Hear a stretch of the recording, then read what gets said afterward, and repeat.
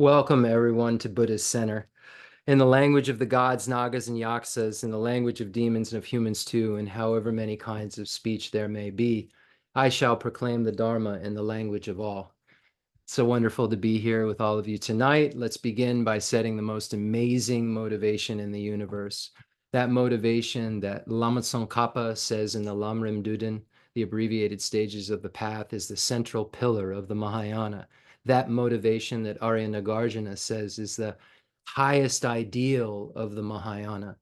So let's begin by setting this motivation of bodhicitta that says, may I become a Buddha for the benefit of all sentient beings. May I achieve the highest state of enlightenment for the benefit of everybody in the universe, every single sentient being that exists. I want to do this for that reason, for them, in order to be the most reliable guide in the universe.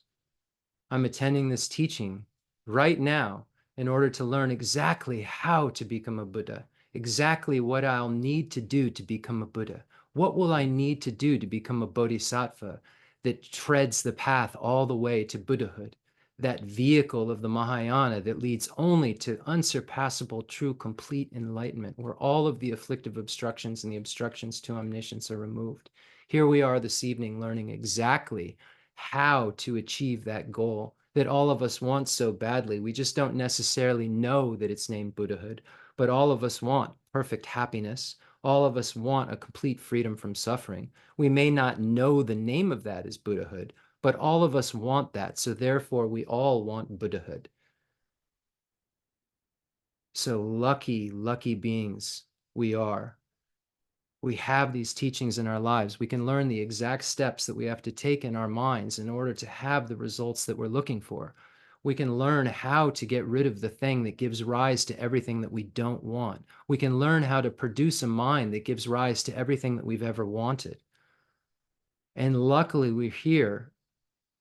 If we're doing this right, if we're really paying attention, we're getting the wisdom arisen from hearing. We're hearing accurate information about the Lam Rim that will allow us to be able to achieve that complete goal of Buddhahood.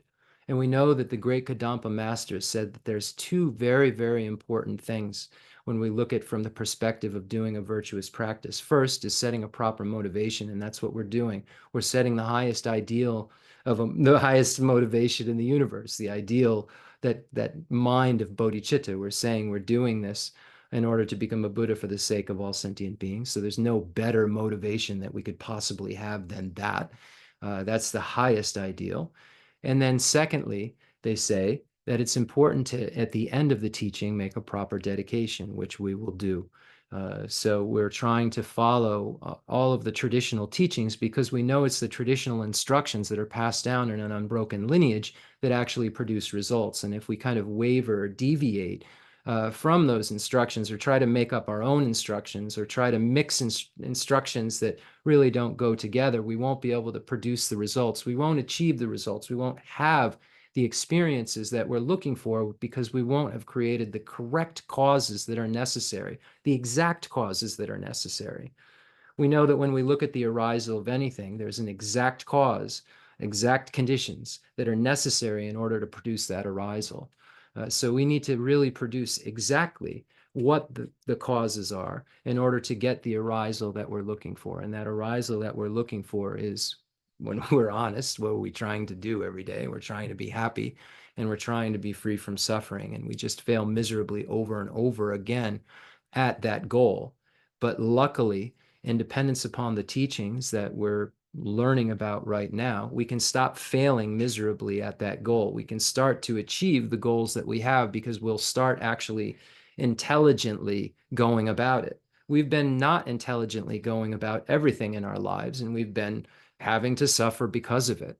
And we've been having to have these unpleasant mental states that seem to go on forever and ever and ever, and we think that they'll never end. We've been misapprehending things. We've been looking at things in a wrong way. And the only way that we can stop looking at things in the wrong way is to start to learn about what the right way of looking at things would be, and then see if that makes sense to us, not just believe it blindly, because the Buddha said that, he is not interested in just having students. The Buddha said that first, check what I've taught, then analyze it, see if it makes sense to you. Go over it and over and over it again. And once it makes sense to you, once you personally discover that it makes sense, then say, yeah, I'm the Buddha's student. But don't say you're the Buddha's student just because the Buddha, it sounds like a fancy person to be the student of. So we really, really are fortunate that we are going through the processes to learn exactly what it would take to become really happy all of the time and what it would take to never ever suffer again. And we can see, based on cause and effect and based on these logical teachings that are presented, that it would be possible to produce these states. It isn't like a fantasy or something that, it doesn't have any kind of logical basis. This is something that I think that all of you would agree, because we've been attending these teachings for quite some time, and we've been going over this, in terms of the 7-point cause and effect for realizing the mind that aspires to enlightenment, for about 10 months now. And we've been, using quotations just to help us see if it logically makes sense, not quotations just to become blind followers. And we've used an immense amount of resources in order to look at the various ways that we could change our minds in relation to these steps, and then what it would be like and how we would measure it if we actually achieve that mind of bodhicitta, that we say, may I become a Buddha for the sake of all sentient beings. But of course, for someone like myself, this is a contrived statement. This is a contrived state of mind. This is something that I have to muster up because of my biased attitude that I have. But eventually it will be something that spontaneously arises, and that won't be contrived, and it won't require me to come up with a bunch of reasons that I should say it, or a bunch of reasons that it makes sense to have this kind of mind. I'll just know beyond the shadow of a doubt that this mind uh, is the only answer to all of my happiness. So again, we'll begin with this incredible motivation, and let's imagine that all of the beings in the space in front of us are enlightened beings. Let's imagine that His Holiness the 14th Dalai Lama, the wish-fulfilling jewel in our world, is in the space in front of us. Buddha Shakyamuni, our teacher, who all of these incredible teachings have been passed down from, is in the space in front of us. Imagining your root lamas, Namgyal Khensur Geshe Wangdak Rinpoche, Geshe Lobsang Gonpo Rinpoche, Gen Jeffrey Hopkins Rinpoche, imagining Khensur Lobsang Gyatso Rinpoche, imagining Dhamma Locha Rinpoche, imagining Geshe Dorji Damdul Rinpoche, and Umse Geshe Agha Rinpoche, and Geshe Yeshe Tapke Rinpoche, any being, Lama Zopa Rinpoche, any being that you consider a holy being, an enlightened being, someone who has done exactly what you need to do in order to be happy and free from suffering, because they are happy and free from suffering. So imagine those types of beings in the space in front of you, to set your mind in line with your goal. Your goal is to become a refuge. Your goal is to become a reliable guide like those beings. So you visualize those beings in the space in front of you who've achieved what you want. And this makes a special connection between you and your goal. Your goal is to achieve a freedom from the afflictive obstructions and the obstructions to omniscience. Those beings have achieved a freedom from the afflictive obstructions and the obstructions to omniscience. So it's looking forward at your future when you look at the merit field. It's not looking at the unattainable. It's looking at your forward. It's looking at your future. It's looking forward. It's looking at what you will become. It's looking at what you have the potential to become. Because those beings were exactly like us and had all of these defilements in their mind. And because of Buddha Shakyamuni's kindness, uh, we have a solution to the states of mind that produce, the kind of underlying states of mind that produce the states of worry and unpleasantness that we have to experience. So we're imagining those beings like role models in the space in front of us, but not imagining them like a god in the sense of someone that we can't be like. We're imagining them as beings that we will be like. We will have the same qualities of. We will get rid of all of our faults. We will achieve all of the excellent qualities there are to achieve. The excellent qualities of love and compassion and skillful means and wisdom and caring for others and power to really carry out the activities of working for the sake of others, we'll have that power. We won't we'd be so tired all of the time. So with that being said, we said, may I become a Buddha for the sake of all sentient beings. So let's imagine now that we invite every single sentient being in the universe here to be our guest, to lead them in this practice. Usually when we receive something that's very, very precious, we lock it in a safe. If it was a diamond or $1 million, if you had it in cash, you'd make sure it was somewhere very, very safe. Put it in a bank vault or a safe deposit box and don't share it with anyone. So this is our normal tendency. We have these miserly tendencies. We have these tendencies to not share, even though in kindergarten we learned that the way we could be happy was to share. It is not our tendency to do so. It's not our tendency, certainly, to share what we have with our enemies. Yeah. So you were saying in your mind, as I was saying that, I share. And now I just said, well, would you share what you have? Would you split what you have in half and give it to the people you dislike greatly? Because a bodhisattva would give them everything. But would you split it in half? Would you share? Are you that kind of sharer? So when that question is asked, you find out the reason why we invite our loved ones, and then we invite, strangers, and then we invite difficult sentient beings here to share this experience with, because this is the most precious gift that anybody could ever give us, the teachings to find out exactly how our mind works, how we can be in control of our mind instead of our mind being in control of us, and how in dependence on us being in control of our mind, we can achieve a freedom from suffering forever, and achieve the utmost happiness, that the highest amount of happiness that's achievable in dependence upon this. So we're imagining we bring all of these sentient beings and see how our mind reacts to it, to see if we have an unbiased attitude, because no one has ever become a bodhisattva, let alone a Buddha, with a biased attitude. So we try to take this precious gift that's been given to us so freely, and we imagine sharing it with others. And we start with small things besides this in the real world, like sharing some food with others, or sharing, something that's not so hard to share with others, and sharing things that are a little harder to share with others. And then eventually being able to share everything you have with everyone, no matter what their disposition is, if that was what was good for them. So these are the goals that we're trying to achieve, and they seem so far away. But because we have an actual method that will allow us to achieve this, a flawless method, an errorless method, there's hope. So it's not far away. It's only far away, if we aren't moving towards it. It becomes closer if we're moving towards it. So we always have to remember that in our daily lives and try to move closer to that goal, move closer to these realizations, move closer to what these practices say our minds should operate like. Because if our minds operate like these teachings say, then our minds will be at peace and happy. And don't take my word for it. Meditate on some of these teachings, put them into practice, and see if it's accurate or not. Like the Buddha said, don't believe me because I'm saying it. That would be so stupid, wouldn't it? Believe it because you discover it to be true based on your own illogical analysis.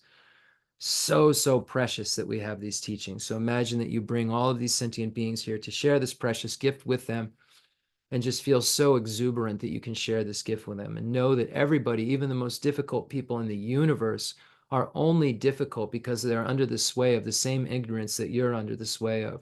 That same thing that makes you grasp at everything as being intrinsically existent and have everything appear incorrectly is that same thing, is the evil mastermind that's making the choices for these people who are so difficult, and pushing them into attachment and hatred and all of these things that then manifest into difficult people.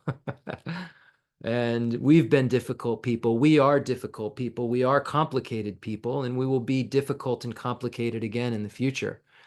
And we can become less difficult and complicated if we apply these teachings, and eventually we'll get out of the way and we'll be able to help others, because our complications won't be there anymore, and we'll be focused on others' complications because they don't need to be so complicated either.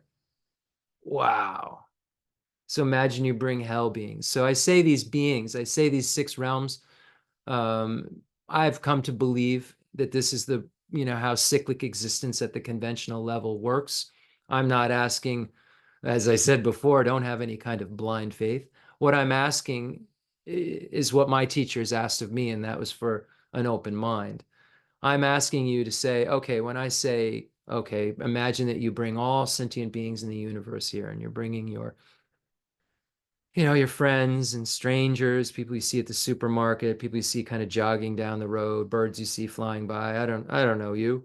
But I saw you, strangers, imagining them and imagining that you're, you know, bringing people who are difficult. But within that strangers category, you have a whole bunch of beings you don't even have like access to, that you can't even find, that you don't even know where they are. And this is one thing that we recognize in the sixth step of the extraordinary attitude, altruism, that, hey, I say I want to help everyone in the universe, and I'm going to take it upon myself the task of doing that, but I can't even locate all of them, let alone help one in a complete way. So as we expand our mind and as our minds become more open, our mind has the chance to be happier because it's in dependence upon the number of sentient beings that we can have love and compassion for, that the largeness of our happiness occurs. And this is why the Buddha is the happiest being in the universe, because every single sentient being in the universe can be an object of his or her love and compassion, whereas I only know a few. And then I have to make up the rest in my mind. The Buddha directly cognizes every single one of them. So imagine the Buddha, who's omniscient, who's not a, big at making tall tales unless it's here and there. When he says something over and over and over and over and over and over again, like, and explains cyclic existence within the 5 or the 6 realms, and explains the 12 links of dependent origination, explains the wheel of life. When the Buddha gives these kind of explanations, he explains this is an omniscient being who knows all. I'm not asking you to believe that. I'm asking you to wonder if you could become omniscient. And if you think you could become omniscient because it makes logical sense, then somebody has become omniscient. And that being then could know where everyone is. That's all we're asking. So when we speak of these hell beings, we say there's hot hells and cold hells and surrounding hells and occasional hells. Well, think about it. I mean, imagine, the highest amount of suffering you could imagine from heat.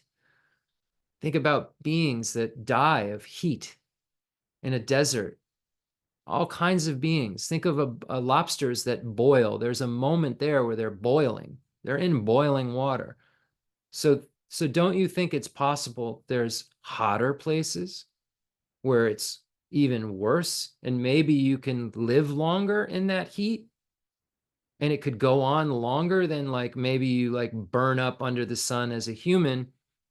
It takes, I don't know how long, I'm not a scientist, but think of however long. you know Imagine there could be places where that suffering could be endured longer and longer. Imagine if you could be starving for 100 years. Why, you could be starving for 40 or 50 days and then you die here. People die of starvation here. Why couldn't that kind of suffering be extended and then you die? Thinking about this. So 8 hot hells. Why couldn't there be hotter things than we can imagine that are suffering? Cold hells. Why couldn't there be a place that's even colder? There are beings that are frozen, right, for periods of their life, frozen in it. We believe in this. We know this through science. There's organisms, there's beings that are frozen. Even some, like, I think, anyway, I don't want to say make it, but there's beings that are frozen in ice.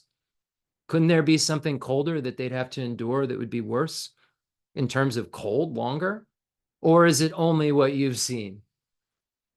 All throughout history, people have said, I've never seen that. That doesn't exist. Oh, that does exist because now I've seen it. I've never seen that. That doesn't exist. Oh, yeah, that does exist. Now I've seen it.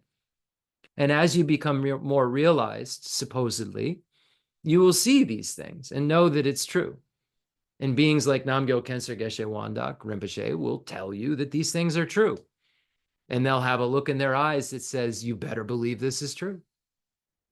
And couldn't there be a place like where, the surrounding hells, there's a lot of chopping up of you going on, and a lot of stabbing. Couldn't you know people are tortured in this realm. We've heard about torture. We've heard of people being cut. You've heard of people eating people in this. Don't you think there could be something worse than you've heard of? Couldn't there be something worse than you've heard of, or you know everything? You've learned everything. You know, you can identify even all of these bizarre looking things in a rainforest, which maybe you could see a picture of and you'd be like, that's an alien. That's not even real. That's AI. You sure? You sure you know so much? You sure that your reality is bound so tightly? Are you sure that all of like everything that could be is only what you know? Are you so sure of this? Are you so willing to make a bet that your bad actions couldn't arise into a place like this? Are you so willing to be sure that you know so much when you've learned that you don't know very much already about much? These are the things we think about. Occasional hells is, people who occasionally suffer like they're in hell, and then like they have a good time, and then they're occasionally in hell. Can't we think of occasional times where you could be happy and then all of a sudden it hits the fan and there's the worst suffering you could ever imagine, and then you're happy again? Couldn't this happen? I mean, uh, you know, aren't these the kind of things like, people who have major devastating illnesses that just creep up out of nowhere? They're going along and they're so happy. And then we were just talking before class started, then a devastating type of illness creeps in. And then there's all of that that goes with that. And then afterwards, there's this relief that the devastating illness has been cured. But then, as Geshe Dorji Damdul said in class, then there's others who actually were hoping you were going to die. There's others who were like, oh man, now she's getting all this attention, or he's getting all of this attention because they're well now. I was fine feeling bad for them, but now I have to have joy with them. Oh man. Yeah. And then we have the hungry ghosts. So there's no hungry ghosts. Couldn't you imagine starving? As I mentioned, that's what hungry ghosts are. Starving, they're thirsty. People die of thirst, people die of hunger. Couldn't you imagine that could go on longer than you think? And then the animals, you see them. Animals in the ocean, animals in the land, animals in the sky. What will you do if your actions actually lead to you being a slug? And then you'll be, I am a slug. You won't remember because of the kind of trauma of death, according to the great lamas, that occurs, and the trauma of being reborn. It just kind of resets things to such a degree that there's only vague memories of what went on before. And then they really, if it's an animal rebirth, you're so dull and dumb, really. You don't remember much. You just now have gone into sensory being, sensory, next sensory thing only being, hunger, somewhere safe, this being, and then you identify as that. And there you don't have these teachings we're talking about. There you don't have this opportunity we're talking about. Here we have these dogs in the room with me. They may be getting imprints, but they're certainly not, if they're who they appear to be, they're certainly not contemplate the 7-point cause and effect for realizing bodhicitta. They're certainly not contemplating whether or not the mode of reality is as it appears.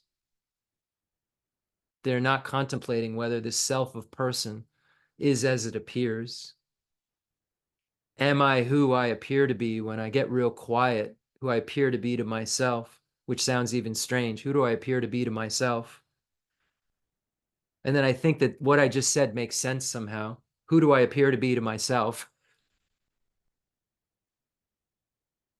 Yeah. We really, really contemplate how erroneous our perceptions are, and it becomes quite disturbing. So when we think about all of these animals that we could be and that are, when we think about then humans, we see all those around us, no problem, and then demigods and gods. Couldn't there be a place sensorily that's a whole lot better than the one you're in right now? I mean, come on. Okay, I understand you've seen like a billionaire, like, okay, whoever the billionaires are and all the stuff they have around them, I don't know, whatever the stuff they have all around, and they have whatever they want, and they get people bringing them this and doing that. Don't you think it's possible that there is a place where there's more sensorial pleasure than that? Yeah. Or just a little bit better? Don't you believe there's, I mean, you've heard of jealousy. Don't you believe there's a place where it could be higher than we are, but not quite as good as the best? And there could be a place where these beings would be so jealous of the best? All we're talking about is places like demigods and gods when I say this. So keep an open mind, try to connect to as many beings as possible. Say, if you're not willing to use these labels because of some baggage from another tradition you're carrying, which I got over rather quickly as I started seeing the look in Lama's eyes about the certainty about these things and started to discover what they were saying made real sense about everything else. And as Arya Deva's 400 verses says, if we, some of it's slightly hidden, actually, not extremely hidden, like karma and rebirth in different realms, because you can get, you can have ways to kind of come up with it. But to actually know where every single sentient being is in the universe, you really have to rely upon faith to some degree. Now, Buddhism has like a sliver of this, and this sliver of this is allowed by analyzing every other teaching and saying, that makes sense, this makes sense, this makes sense, and that makes sense. And this is a figurative teaching. This is an interpretable teaching about the 6 realms, but it's been related enough that I think that it's accurate about, from a conventional perspective, about hell and hungry ghosts, because of what the Buddha said about emptiness, because what the Buddha said about something that is slightly hidden that I can realize in dependence upon logic and reasoning and a correct sign. Arya Deva's 400 verses, Acharya Arya Deva's 400 verses says that this is how we can conclude that these things are true, that are only known by the mind of a Buddha. So take it for what it's worth. Keep an open mind and imagine that you invite every single sentient being here in the universe to share this with them. Imagine sharing a diamond you were just given with a stranger, giving a diamond you were just given to a stranger. Can you give a stranger $1? Oh, you just said, of course I can. Can you give a stranger $100? How about $1,000? How about if you have $1,500, can you give them $1,499? Because you'll get more later. Oh, I don't know.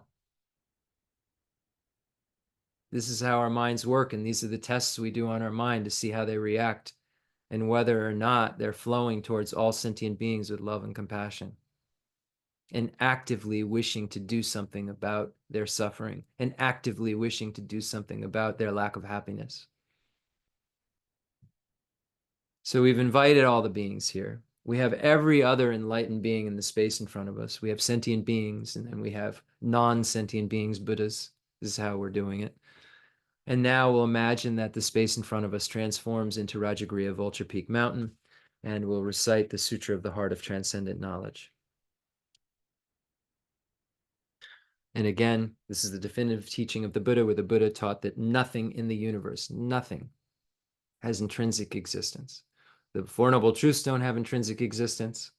The Four Noble Truths are not truly established. And this is something that at the first turning of the wheel of Dharma, the Buddha stated that the Four Noble Truths were truly established. But here, at the second turning of the wheel of Dharma, the Buddha comes to take the wheels off of intrinsic existence, in true existence, true establishment, in inherent existence, existing right within the object, existing right within the object, established right within the object, established by way of its own character. The Buddha came to remove that from the realm of possibility in terms of that with any locus, that with any subject in the universe.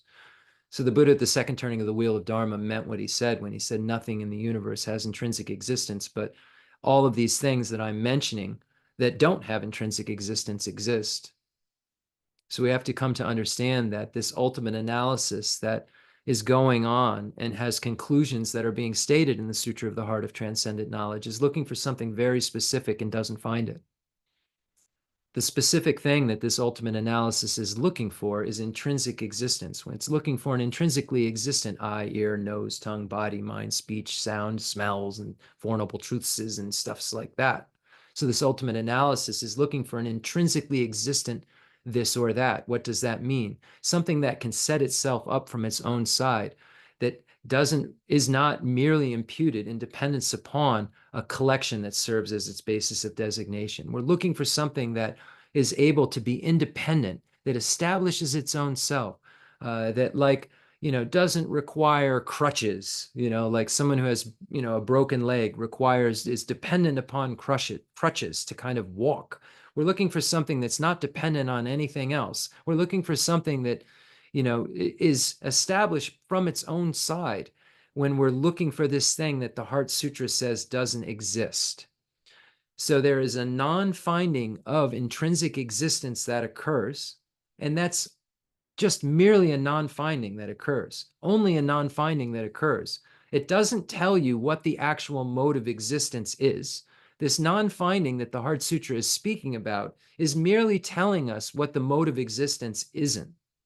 And when we find out what the mode of existence, that the mode of existence isn't intrinsic existence, then when we come out of ultimate analysis and then go back to conventional analysis, then we have to figure out how to harmonize the fact that things do exist with the fact that they don't intrinsically exist. And this is where the great texts show us that we can come to this conclusion that it exists through dependent origination. They are merely imputed in dependence upon a collection that serves as a basis of designation, dependent origination of results depending on causes, and wholes depending on parts. And those things that I just mentioned are merely serving as basis of designation to be imputed by the mind to be this or that. And the designated object, the imputed object that I'm saying when I'm saying form, or when I'm saying things like Jeff, or when I'm saying things like chair, that imputed object is contradictory to the basis of designation that I think holds that name, holds it. That thing over there with the legs and the thing to sit on and the back has right within it chair. It has a chairness that's undeniable from its own side that I'm not required to impute. This is how I feel about the chair over there. But the Buddha came to say that this is an erroneous perception, because when we move closer to the object that we merely impute as chair, the imputed object chair, and we move towards the basis of designation, we move towards its parts, we will come to find out that we cannot find this intrinsically existent chair, the imputed object, within the parts as we start to really search for it, or intrinsically outside of the parts, because it wouldn't make sense. You can't sit on something that isn't, that you can't find something to sit on that's outside of those parts. So when we find this out, that this thing, we're saying the imputed object chair is not intrinsically one with its parts or intrinsically separate than its parts, then the entailment of emptiness is that the chair does not intrinsically exist. This is what the Buddha is saying in the Heart Sutra. The Buddha is not saying things don't exist. The Buddha is saying that the mode of existence that we think things have isn't true, but there is a true mode of existence. True for what? A concealer. Truth for what? A conventional consciousness. Yeah. Because not only is form emptiness, but emptiness also is form. And hidden within this are the 5 paths of accumulation, preparation, seeing, meditation, and no more learning. Okay. Imagine that you're leading every single sentient being in the universe and saying this in unison, and recognizing, and everyone is realizing the Buddha did not say things don't exist. The Buddha said things don't exist the way that you think. And the way that you think they exist is making you nuts, and making you nuts over and over and over and over again, and being thrust into among the 4 or 5 aggregates because of your contaminated karmas, afflictions, and their corresponding active seeds driven by self-grasping ignorance. The opposite of self-grasping ignorance is the understanding that the self is not intrinsically existent. Self-grasping ignorance believes that the self of person and phenomena intrinsically exists. And this wisdom that is the antidote to the self-grasping ignorance is the exact opposite of the unknowing. The unknowing is that not knowing things don't intrinsically exist. The wrong knowing is thinking they intrinsically exist. And that opposite knowledge, knowing they don't intrinsically exist, serves as the opponent to flush out the wrong idea. And the good thing about our mind is it feels a lot better when it's tallying with reality, and we'll know it. We'll know it. The Sutra of the Heart of Transcendent Knowledge. Thus have I heard once the Blessed One was dwelling in Rajagriha at Vulture Peak Mountain, together with a great gathering of the Sangha, monks and a great gathering of the Sangha Bodhisattvas. At that time, the Blessed One entered the Samadhi that expresses the Dharma called profound illumination. At the same time, noble Avalokiteshvara, Bodhisattva Mahasattva, while practicing the profound Brajaparamita, saw in this way. Saw the five skandhas to be empty of nature. Then, through the power of the Buddha, Venerable Shariputra said to noble Avalokiteshvara, the Bodhisattva Mahasattva, how should a son or daughter of noble family train who wishes to practice the profound Brajaparamita? Addressed in this way, noble Avalokiteshvara, the Bodhisattva Mahasattva, said to Venerable Shariputra, O Shariputra, a son or daughter of noble family who wishes to practice the profound Prajaparamita should see in this way. Seeing the five skandhas to be empty of nature, form is emptiness. Emptiness also is form. Emptiness is no other than form. Form is no other than emptiness. So here we say that all phenomena have two natures, conventional and ultimate nature. Conventional have two natures, conventional truth and ultimate truth. It's like two sides of one coin. Form is emptiness. Emptiness also is form. Emptiness is no other than form. Form is no other than emptiness. In order to say that something is empty of intrinsic existence, there must be something. So at the substratum of emptiness of intrinsic existence is the object that's empty of intrinsic existence. And in the substratum of the object is the designated, the imputed object is emptiness of intrinsic existence. So we can see that, conventional chair and chair being empty of intrinsic existence falls under one entity. So when we look over there at chair, the thing that is with the object is emptiness of intrinsic existence. It was with the imputed object. Okay. But emptiness of intrinsic existence is empty of intrinsic existence. So let's not ever mix that up in case you were. Okay. Emptiness is no other than form. In the same way, feeling, perception, formation, and consciousness are emptiness. Thus, Shariputra, all dharmas are emptiness. There are no characteristics. There is no birth, no cessation, no impurity, no purity. There is no decrease and no increase. Therefore, Shariputra, in emptiness there is no form, no feeling, no perception, no formation, no consciousness, no eye, no ear, no nose, no tongue, no body, no mind, no appearance, no sound, no smell, no taste, no touch, no dharmas, no eye dot to, up to no mind dot to. Dot to of dharmas, no mind consciousness dot to, no ignorance, no end of ignorance, up to no old age and death, no end of old age and death.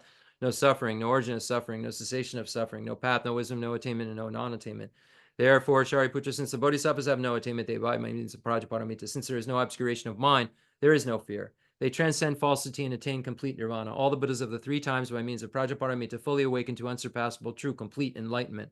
Therefore, the great mantra of Prajaparamita, the mantra of great insight, the unsurpassed mantra, the unequaled mantra, the mantra that calms all suffering, should be known as truth, since there's no deception. The Prajaparamita mantra is said in this way. Teata om gate gate paragate parasangate bodhisoha. Thus Shariputra, the Bodhisattva Mahasattva, should train the profound Prajaparamita. Then the Blessed One arose from that samadhi and praised noble Avalokiteshvara, the Bodhisattva Mahasattva, saying, Good, good, O son of noble family, thus it is, O son of noble family, thus it is. One should practice the profound Prajaparamita just as you have taught, and all the Tathagatas will rejoice. When the Blessed One had said this, Venerable Shariputra and noble Avalokiteshvara, Bodhisattva Mahasattva, that whole assembly in the world with its gods, humans, asuras, and Gandharvas, rejoiced and praised the words of the Blessed One. Kala jubene jodamba nenga jedo junga yido do jendro baba lama yibu jenzi nezon gandro so la jazelo aga samara ta sandara samara be aga samara ta sandara samara be aga samara ta sandara samara ya be de adong gate paragate parasangate buddhiso baba gonja sanji gaye de me doji she loba doji meba doji shewa doji Dragi baje medo beje danji jedin goye so ha. Pierin donja jeje ushiwada, midon the beje nanjo wadan, domba donji bonzo doji daji de janten da de lejo. And we'll make a perfect offering of a perfect universe to the teacher. You're supposed to request a teaching, so this fulfills that. And from the side of the student of requesting the teaching, teacher shouldn't teach unless requested. So this fulfills that commitment. So we'll do this and imagine you're offering a perfect universe to all of the enlightened beings and to the teacher, starting with the teacher all the way back to Buddha Shakyamuni. The fundamental ground is scented with incense and strewn with flowers, adorned with Mount Meru, the four continents, the sun and the moon. I imagine this is a Buddha land and offer it. May all sentient beings enjoy this pure realm. Holy Lamas high, wrap the sky of your Dharma bodies in massive clouds of knowledge and love, and let them pour upon the earth of your disciples as we are ready, a shower of rain, the teachings deep and wide. I send forth this jeweled mandala to you, precious Guru.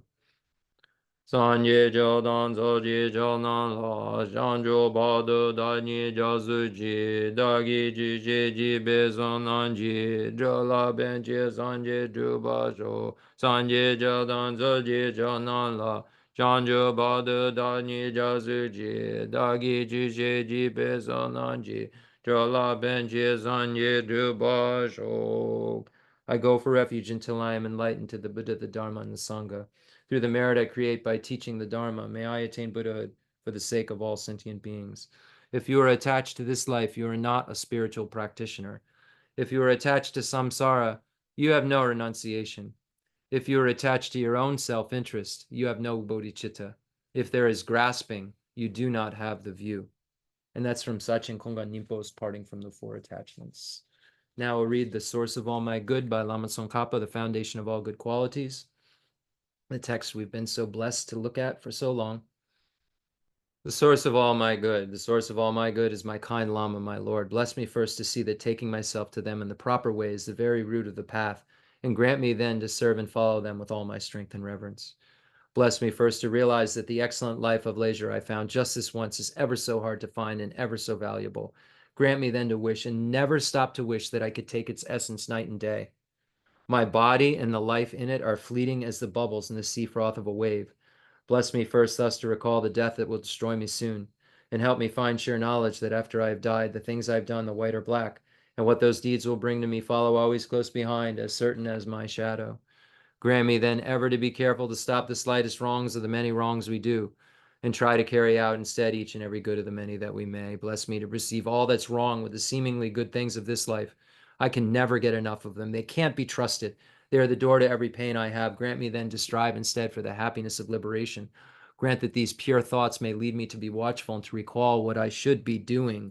Grant me to give the greatest care to make the vows of morality, or the Pradamoksha vows, the essence of my practice. They are the root of Buddha's teachings. I have slipped and fallen into the sea of this suffering life.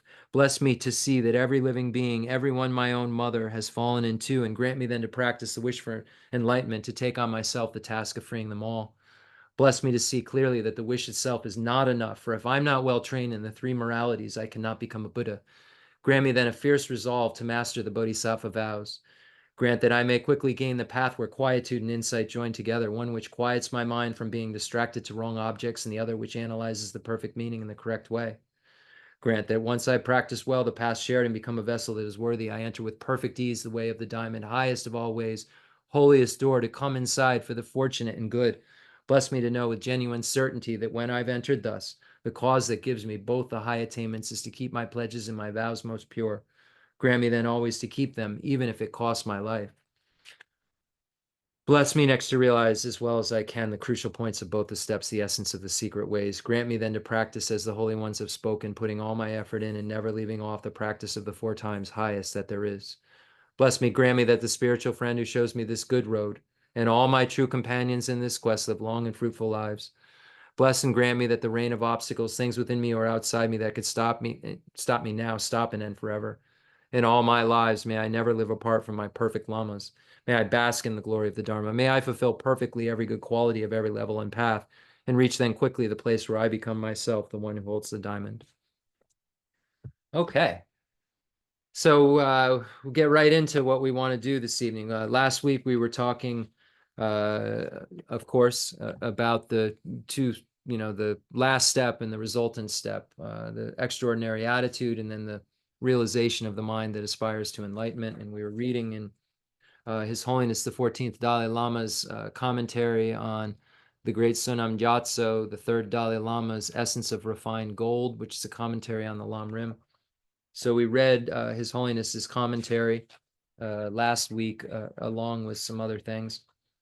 And we've been looking at this, the equanimity practice, which is the pre-step, the 6 causes of recognizing sentient beings as our mother, remembering their kindness, wishing to repay their kindness, love through the force of attraction, great compassion, the extraordinary attitude, and then the result of bodhicitta.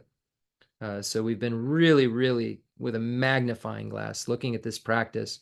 And I just really rejoice in the fact that we've done so in such a complete way, going over week after week all of the sessions that we've had about this one specific practice passed down from Lord Maitreya to Arya Sangha, down through the extensive deeds lineage, and down through the extensive deeds lineage, and then landing in our laps and being spoon-fed to us.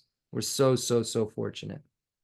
So in the third Dalai Lama's text, His Holiness Sonam Gyatso, the third Dalai Lama, after we get, to the part where the extraordinary attitude and then the one effect is bodhicitta, it says, however, so we'll get right into it. So this is going to be all from His Holiness the third Dalai Lama's commentary. And I think there's a lot of useful information in here. And I just like to read everything that I can to see if there's any nuances, to see if there's anything that I can add to my meditation to make it more beneficial, to make it more real, to make it actually taste like food is to be tasted, Dharma is to be practiced. We have to actually taste it. We have to actually feel it. So I'm always looking for anything that can add kind of a gem onto what's already so, so, so beautiful. So fortunately, I think this is one of those things. So it says, however, merely meditating upon the Bodhi mind is not enough. So again, this is after the section, where it talks about the extraordinary attitude and the one effect, the Bodhi mind. However, merely meditating upon the Bodhi mind is not enough. One should also maintain the following 4 trainings. The training of recollecting the beneficial effects of the Bodhi mind. This aims at generating enthusiasm for developing the aspirational aspect of the Bodhi mind and ensures that the resolve one has taken doesn't generate in this life. 2.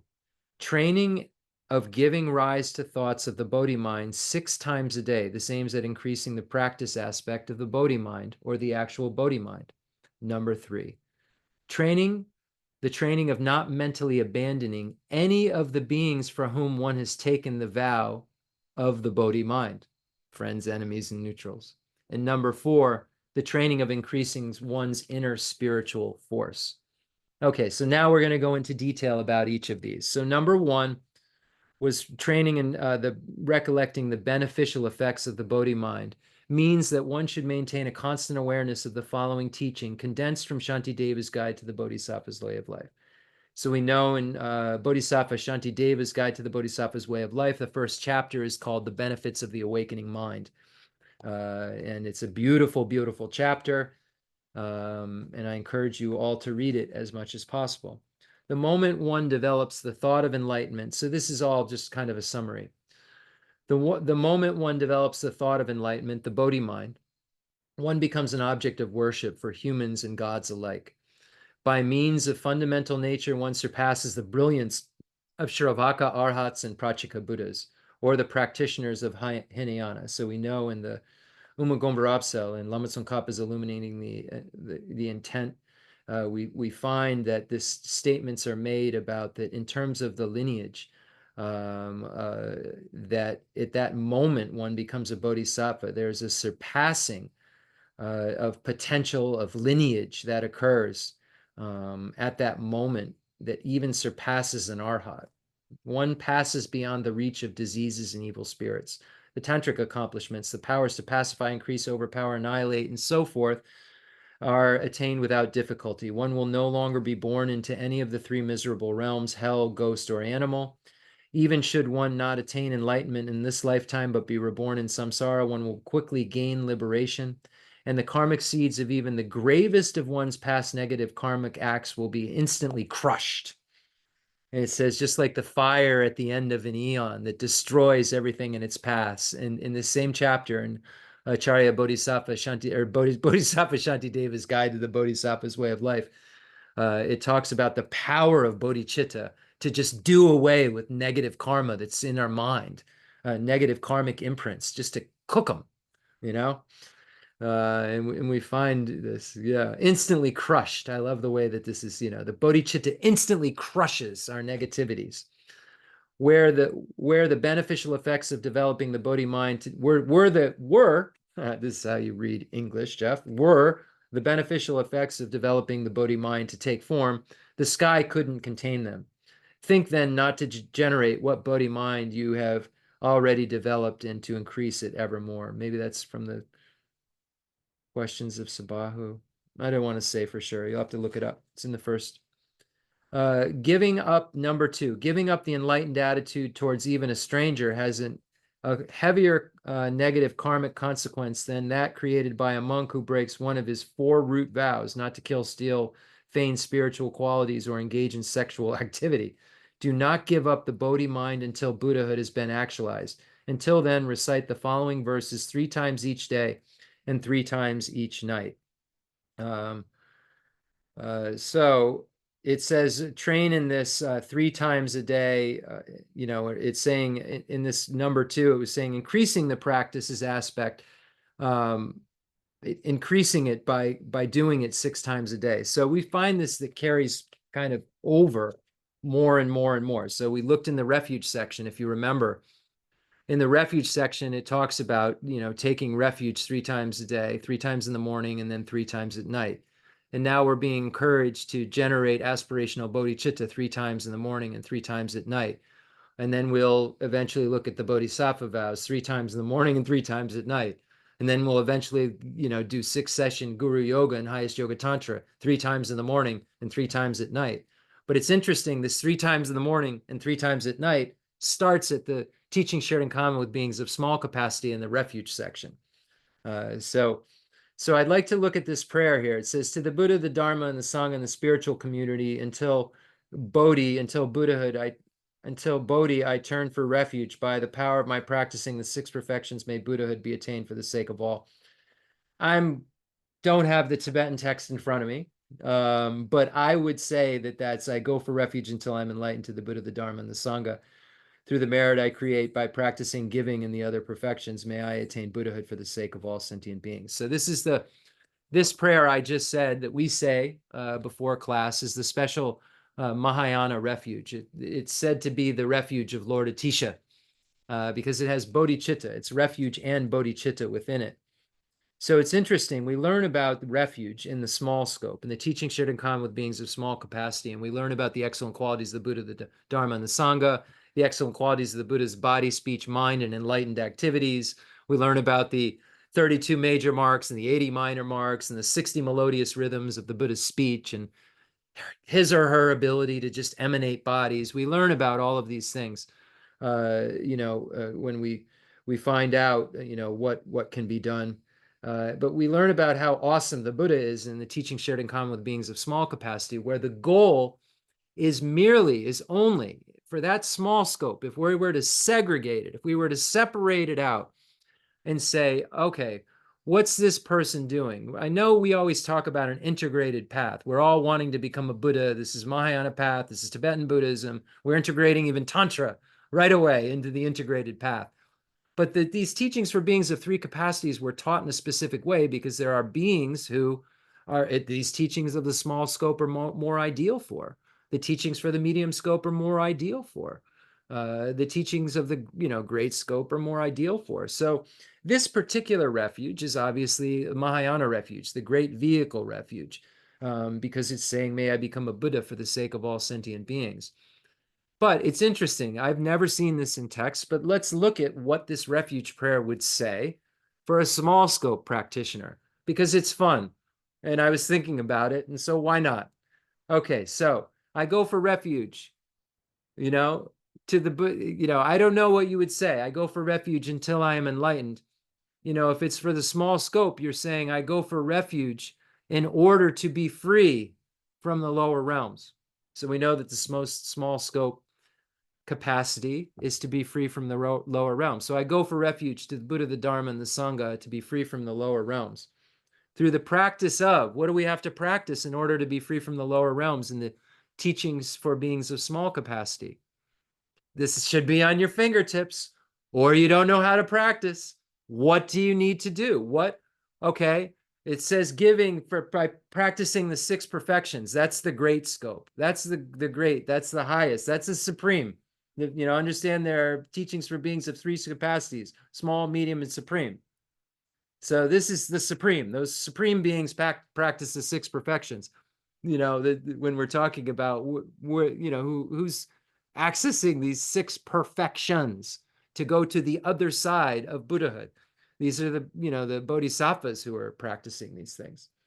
So what would it look like? I go for refuge, in order to be free from the lower realms, to the Buddha, the Dharma, and the Sangha, or to the Buddha, the Dharma, and the Sangha in order to be free from the lower realms. By practicing the ethics that abandons the 10 non-virtuous activities, going for refuge and acknowledging my downfalls, may I be free from the lower realms. Really profound. We can look at these in so many ways. And then the medium scope, what would we say? If we were a medium scope practitioner, I go for refuge until I achieve liberation, until I achieve an abiding nirvana of a hero, solitary realizer, in the Buddha, the Dharma, and the Sangha. By the practices I engage in, such as, what do we have to practice in order to achieve an abiding nirvana? What are the teachings in the medium scope? The 3 highest higher trainings: ethics, concentration, and wisdom. Engaging in the Vinaya basket, the Sutra basket, and the Abhidharma basket. Engaging in those practices that are contained in those baskets. In independence upon the 3 highest higher trainings, we will achieve liberation, an abiding nirvana.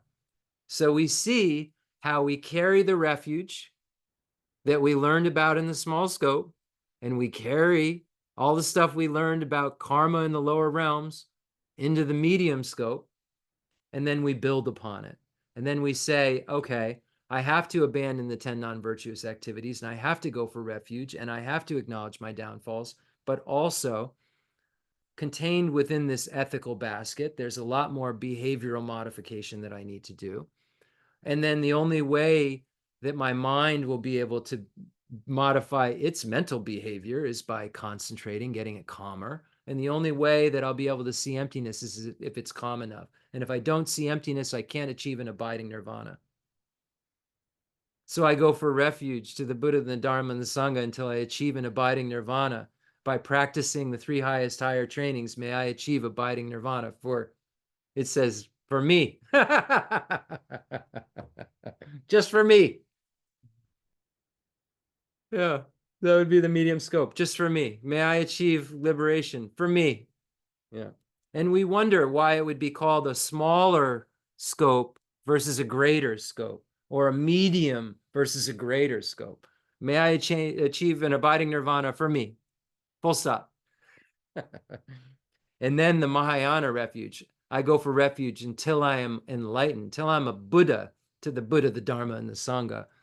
Through the merit I create by practicing giving and the other perfections, may I attain Buddhahood for the sake of all sentient beings. So through the merit I create for the small scope, again, the merit I create by engaging in the ethics that abandons the 10 non-virtuous activities, going for refuge and acknowledging my downfalls, may I be free from the lower realms. The medium scope, through the merit I create by practicing the 3 highest higher trainings, may I achieve an abiding nirvana for myself. And then the Mahayana, the great scope, the supreme, I go for refuge until I am enlightened to the Buddha, the Dharma, and the Sangha. Through the merit I create by practicing giving and the other perfections, may I become a Buddha for the sake of all sentient beings. So you see this. Your goal is for the sake of others. You see what a big mind it is. Okay. That's where all this is coming. 6 times in the morning, 6 times at night. We learned about that like 40, 50, 60 pages into the Lam Rinpoche. I don't know. And now we're like getting, into the 2nd volume, if we're doing it in English volume, and we're still talking about it. Okay. Oh, my battery's running low. I need a plug. Oh, that's easy. The plug's right there. It's just got to be plugged in. Okay. You might want to plug in your PC. Like you might want to pull the rope on the parachute when you jump out of the plane or everything's going to go. Okay. Number 3. We are developing the enlightened attitude in order to be able to benefit all sentient beings. Therefore, no matter how any of them relate to us, we should, from our own side, never abandon relating to them on the basis of the Bodhi mind. I love you. Just because, no matter how any of them relates to us, just because you're relating to me badly, this is a word we were doing in English class today, because you're relating to me badly, doesn't give me an excuse to not say, I'm going to become a Buddha in order to bring you to a state of happiness that's free from suffering. It doesn't give me an excuse to say, I don't love you. I don't love you means I don't want you to have happiness in the causes of happiness. I don't have compassion for you means I don't want you to be free from suffering and the causes of suffering. So someone not relating to me in the right way doesn't give me an excuse if I'm practicing this stuff I'm saying I'm practicing to say, oh, I don't love you. Oh, I don't have compassion for you. If one develops a spark of the thought of enlightenment even once, one should try to prevent it from degenerating. So if you feel it for a second, hold on tight and try to further it. Try to make it bigger. Don't let it be like the flash of lightning, on a dark night. It's just there and gone. Like, Bodhisattva Shantideva talks about our virtuous thoughts, there and gone. And then for the most part, the bad is there. There and gone good, mostly bad. Further it, grab hold of it. If you start to have the feeling of bodhicitta, grasp it, then nurture it. And it says, by amassing meritorious energy through such techniques as contemplating the qualities of the three jewels, making offerings, and meditating more and more. The cause of not losing the power of the Bodhi mind in the future lives arises from the practice of abandoning the 4 black dharmas and relying upon the 4 white dharmas. So we better know, what are the 4 black dharmas? Lying to or deceiving one's abbot, teacher, or any worthy being. Neither lie to them nor deceive them. Don't lie. The opponent force to this black dharma is to not speak falsely to any sentient being whatsoever, not in jest or to save your life. That's a tough one, but that's how serious it is. Sometimes these statements are made not, for the reason to let us know how serious we should be taking these things. I'm proving I'm not a robot. Okay, I dragged the puzzle piece, so I'm not a robot. Okay, so we shouldn't lie, even in jest, at the cost of our life, even in, and I do this, and I have to catch making a joke that's not true, saying it's just, first of all, it's just useless speech. Let's start there. And then it's a lie, and if somebody else hears it, if I'm just, anyway, try to say only things that are true. Causing someone who has done something good to regret that deed. Don't do that. The opponent force to this black dharma is to direct anyone to whom may have, let me try this again. The opponent force to this black dharma is to direct anyone to whom one may give spiritual instructions towards the great rather than the small way. So send folks to learn about bodhicitta, Mahayana, the great vehicle, because you're like a bodhisattva and like this is your thing. Number 3, speaking harshly and with anger to someone who has developed the Mahayana enlightened attitude. Now, who has it? Who's a bodhisattva? How do you know? Are you clairvoyant? So then we get into a little bit of a conundrum. We really can't speak harshly to anyone because we don't know who's a bodhisattva and who's not a bodhisattva. The Mahayana enlightened attitude is bodhicitta. And bodhicitta, if you have it, you're a bodhisattva. So who's a bodhisattva? Who's not a bodhisattva? All the texts about bodhisattvas say to act like a normal person on the outside and a yogi on the inside. Do you know what the inside of everyone is? Even beings who are really, really difficult. Are you sure they're not bodhisattvas trying to help you learn patience? Wow, be careful. The opponent force to this black dharma is to regard all Mahayana practitioners as one's teacher, and when the occasion presents itself, praise their good qualities. Also train yourself to see all living beings as pure and noble. Or because we don't know, do we? And these beings will be who we rely upon to achieve everything we've ever wanted. And the last thing, don't be hypocritical and false with sentient beings. Avoid this and be constantly sincere with everyone. That'd be like me being like, oh, you should do the 7-point cause and effect, and things aren't tallying with reality. And, you should really start to look at these things, and then just not doing any of it. Not even having like a book where I walk around, telling everybody, don't be satisfied with partial instructions, and then being super satisfied with partial instructions. But if you were to see what I do on a daily basis, you would see that that is not accurate, that I do what I say we should do. And there's a witness over there, and not saying in the sense that I do such a great job at it, or I've realized renunciation. Nope. Or I'm a bodhisattva. Nope. But I do the things that will make me get renunciation, become a bodhisattva, and see emptiness. And I have unwavering faith in the fact that I will become those things because there's a logical process to get me there. Finally, His Holiness says, and then next week we'll do the whole meditation on it from the Swift Path. We're going to do the whole entire meditation on the 7-point cause and effect.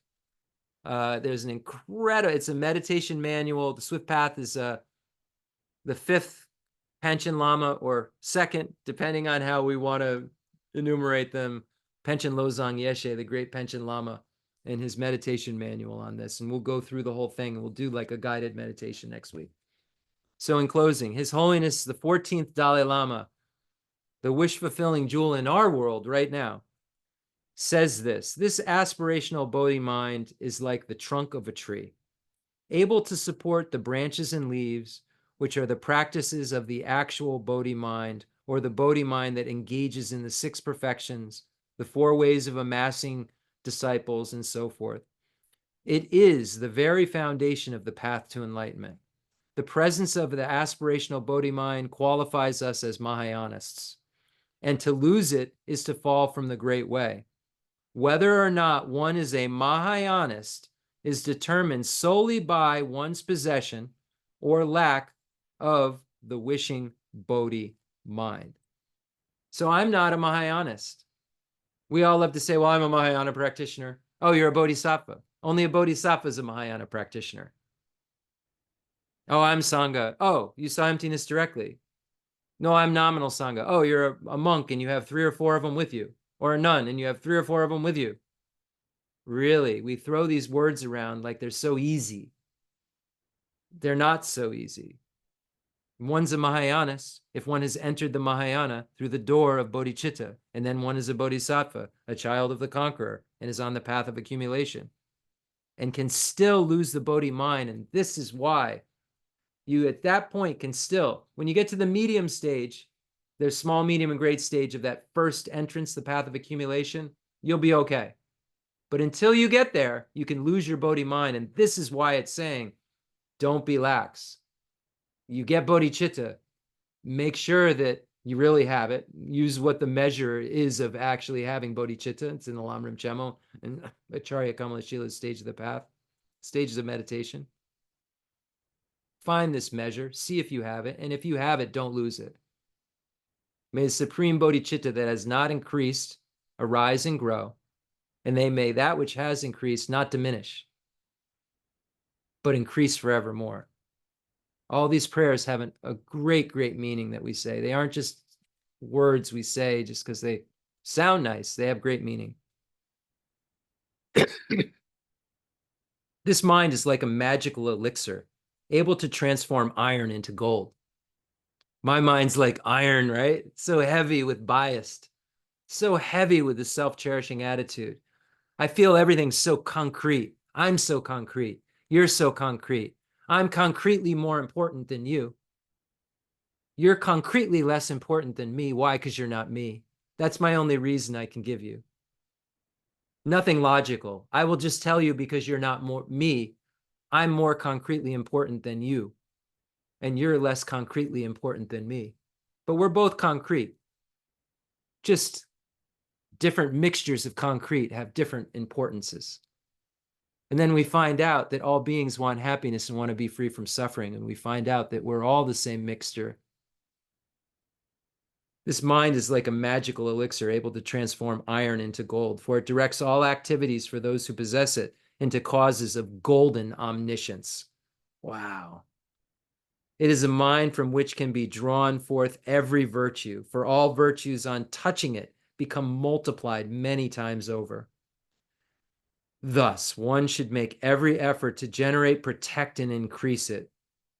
It is useful to read scriptures describing the nature and development of this mind, such as Arya Nagarjuna's Precious Garland and Bodhisattva Shantideva's Guide to the Bodhisattva's Way of Life. One of my own late teachers, the late Lama Tenzin Gyaltsen, also wrote an interesting little text on the subject, Treatise on the Bodhi Mind, but I don't believe this has been translated into English yet. These types of scriptures are both useful and inspiring. And we do have the verses on the Bodhi Mind by Lama Rinpoche in English. Is this it? Nope. Anyway, it's around this size. It's smaller. Oh, there it is. This. Vast as the heavens, deep as the sea. Verses in praise of Bodhicitta. This is His Holiness the 14th Dalai Lama's Bodhicitta teacher, Lama Rinpoche. And I don't know if this is the text that he is referring to. I apologize. But this is by the master that His Holiness is speaking of.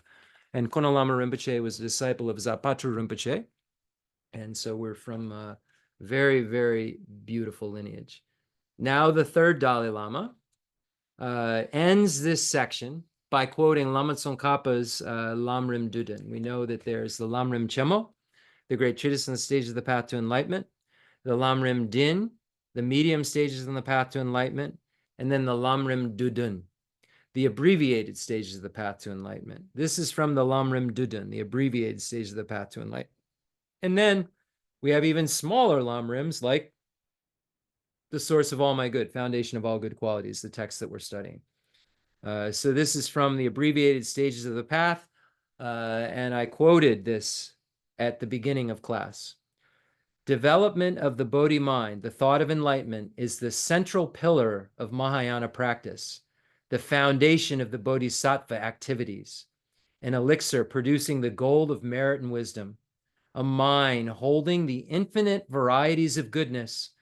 Knowing this, courageous followers of the Buddhas hold it tightly at the center of their hearts. Okay. And what time is it? So we'll end there. And next week we will, I've exhausted the commentaries I wanted to use on the 7-point cause and effect for realizing bodhicitta. Boy, did we use a lot of commentaries. And, I was going to bring in even more, but I started seeing redundancy that wasn't necessarily adding. And it made me feel good to see the redundancy, actually, to see that everyone's talking about the same thing, arriving at the same conclusions. But we can also look at Jawa Gendun Drup's Training the Mind in the Great Way. There's a whole meditation on the 7-point. That's the first Dalai Lama. There's a whole meditation on the 7-point cause and effect for realizing the mind that aspires to enlightenment. And then if we look at also the Panchen Losang Chuji Jetsun's commentary on the 3 principal paths, principal aspects of the path by Lama Tsongkhapa, there's also a guided type meditation on the 7-point cause and effect for realizing the mind that aspires to enlightenment. So we didn't really bring those 2 texts in, and some supporting texts that you can find from maybe the 7th Dalai Lama and so forth that we chose not to use. But we did use of course, His Holiness the Third Dalai Lama's text, His Holiness the Fifth Dalai Lama, Jawa, the great fifth Ngawang Losang Drapa, Gyatso rather, and we, have used His Holiness the 14th Dalai Lama's incredible commentaries and have looked at the sutras, Descent into the Lanka Sutra, and looked at, Arya Sanga's levels of yogic deeds, and Charya Dharma Kirti's, Pramanavartika Karika, and Papunka Rinpoche's Liberation in the Palm of Your Hands, and of course, Lama Tsongkhapa's great treatise on the stage of the path to enlightenment is the basis for all of our kind of let's go. And then all, Panchen Losang Chuji Jetsun and Panchen Losang Yeshe's incredible text, and then Panchen Sonon Drapa's general meaning of perfection. So, wow. And then in the background, I'm also looking at, of course, Guntan Jayan Sheba's text and Janja Ropi Dorje's text and the great Janja Jayan Gapi Lodru's text. And yeah, we're so fortunate to have these incredible books. Gonchu Jimmy Drome, Gontan Demi Drome, Gonchu Jimmy Wombo. There's so many people we have to thank for the fact that we have these teachings, these great beings, these great masters. Oh, and yeah. No, I'm a good repeater. I'm a good parakeet repeater of the information. And I have a little experience with the practice too. But because of, having the privilege to translate for 20 years for Khensur Geshe Wangdak, so much information went into my ears, and at an intellectual level, I have a lot to say, and at a realizational level, I have a lot less to say. But the intellectual level has guided me towards the little bit of things that I've discovered about the path, like a preliminary paths. And for that, I'm really, really grateful. So thank you so much for allowing me week after week to talk about these things. If we, do the math, we've had, 100, I don't know, 80 hours on this topic, 80, 90 hours on just the 7-point cause and effect for realizing the mind that aspires to enlightenment, that really encompasses only, I don't know how many pages in the Lam Rim Chemo, but not that many. So wow, the commentaries that we've been able to look at. Okay, yeah. So that's enough for me this week. And I think we actually used Kona Lama Rinpoche's book when we were first looking at the benefits of the awakening mind. And I think that we read it maybe the week after we read the first chapter of Shantideva's benefits of the Bodhisattva Shantideva's benefits of the awakening mind. So we covered as many bases as I can possibly think of. So thank you, all of you. Concluding mandala offering, dedication, prayer. And again, next week, we'll do the guided meditation on the 7-point cause and effect. And then the week after that, we're going to start equalizing and exchanging self with others. And let's see that what we can squeeze out of that practice. Thank you. The fundamental ground is scented with incense and strewn with flowers, adorned with Mount Meru, the 4 continents, the sun, and the moon. I imagine this is a Buddha land and offer it. May all sentient beings enjoy this pure realm. I dedicate whatever virtues I have collected for the benefit of the teachings and of all sentient beings, and in particular for the essential teachings of Venerable Losang Drapa to shine forever. I send forth this jeweled mandala to you, precious Guru. Any mistakes that I've made, I apologize. May they be purified by the mantra of Vajrasattva, imagining the Vajrasattva in the space in front of us, imagining that white ohms, red ahs, blue hums are falling from the sky, dissolving into you and purifying your body, speech, and mind. Om benzo sada samayama namalaya benzo sada niyamaji dia meva subhaka meva anurada meva zavaziri meva sava kama sutra me kitam chen koroma bhagavan savatata kata benzo mami moka benzo bhava maha samaya sapa om ve. May we always be protected by Paul and Lama. Jarama jarama jajarama junjagala raja moramo achadaja junja rulo I dedicate all this virtue to emulate the knowledge of the hero Manjushri, and likewise Samantabhadra as well, with whatever dedication is praised as supreme by all the conquerors who traverse the 3 times. I also dedicate all my roots of virtue for the sake of auspicious deeds. May the supreme jewel Bodhicitta that has not arisen arise and grow, and may that which has arisen not diminish but increase forevermore. May the supreme jewel, the correct view of emptiness that has not arisen, arise and grow. And may that which has arisen not diminish, but increase forevermore. Through this virtuous action, may I quickly achieve the state of a Guru Buddha and lead every being without exception into that enlightened state. Through this virtuous action, in all my lives, may I never be separated from my perfect lamas. May I bask in the glory of the Dharma. May I fulfill perfectly every good quality of every level and path and reach then the place where I become myself, the one who holds the diamond. Quickly reach that place where I become the one who holds the diamond. As long as space endures, as long as sentient beings remain, until then, may I too remain to dispel the miseries of the world. In a long life prayer for His Holiness the 14th Dalai Lama. In the heavenly realm of Tibet, surrounded by a chain of snow mountains, you are the source of all benefit and help for beings, all powerful Avalokiteshvara Tenzin Gyatso. Please remain until samsara's end.